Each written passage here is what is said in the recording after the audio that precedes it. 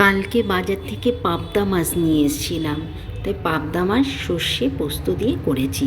আর মেয়ে ভাজা খেতে ভীষণ ভালোবাসে, তাই দেখো পাবদা মাছগুলোকে লাল লাল করে আমি ভেজে দিলাম। আর ডাল করেছিলাম, তো মেয়ে ডাল দিয়ে পাবদা মাছ ভাজা খেলো। আর আমি বাকি মাছটাকে সর্ষে পোস্ত দিয়ে করলাম, তো সেটাও বেশ লাল করে ভেজে নিলাম আমি। আর লাল করে ভাজলে পাবদা মাছটা বেশ ভালো লাগে। আর শস্যটা আমি একটুখানি শিলে বেটে নিয়েছি।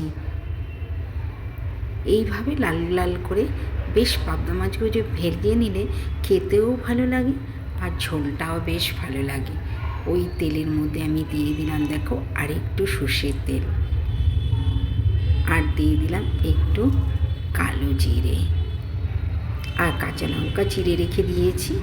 দেখো কালো জিরে দিলাম, এবার 3টে কাঁচা লঙ্কা দিয়ে দিলাম, আর পোস্ত সর্ষে আর একটু হলুদ একসঙ্গে জল দিয়ে গুলে ওর মধ্যে দিয়ে দিলাম। আর একটু দিয়ে দেবো স্বাদ মতো নুন, কারণ সর্ষে পোস্ত অত তেলে কষতে হয় না, তাহলে সর্ষে নাকি তেতো হয়ে যায়। তাই দেখো পরিমাণ মতো ঝোলের জন্য জল দিয়ে দিলাম, আর দিয়ে দিলাম একটু নুন। এবার ঝোলটা ফুটতে দিতে হবে। বেশ ফুটে গেলে আমি দেখো ভাজা মাছগুলো দিয়ে দিলাম।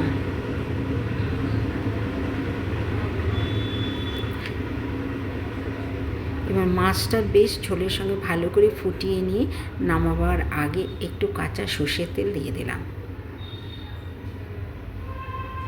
হয়ে গেল আমার পাবদা মাছের সর্ষে পাবদা।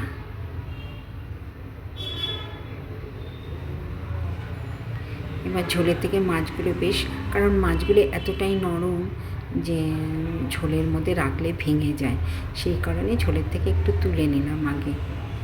এবার ঝোলটা আস্তে করে ওপরে মাছের ওপর ঢেলে দেব।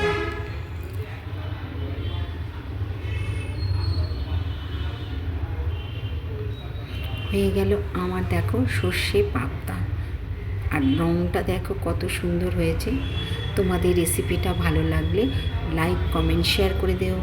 আবার নতুন রেসিপি নিয়ে আসবো তোমাদের কাছে। আজকের মতো টাটা।